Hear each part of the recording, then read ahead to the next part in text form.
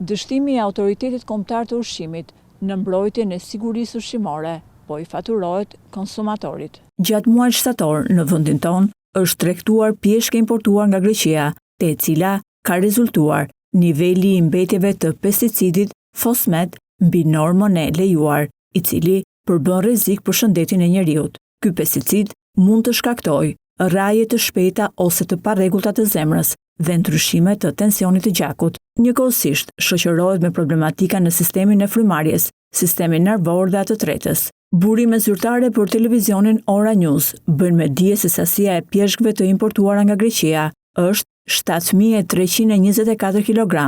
Pasi është shitur pothuajse 7.300 kg, inspektorët e AKU-s kanë dalë në terren dhe kanë bllokuar vetëm 28 kg pjeshka me pesticidin e rrezikshëm. Teksa siguria ushqimore është në pikën më kritike, AKU refuzon të bëjë transparencë me median dhe konsumatorin, duke fshehur emrin e subjektit që importoi produktin dhe që e rrezikoi jetën qytetarëve. Në mënyrë të përsëritur, Autoriteti Kombëtar i Ushqimit bëhet avokat i subjekteve private dhe nuk i jep përgjigje pyetje specifike se cili është subjekti që futi në vendin tonë këtë produkt.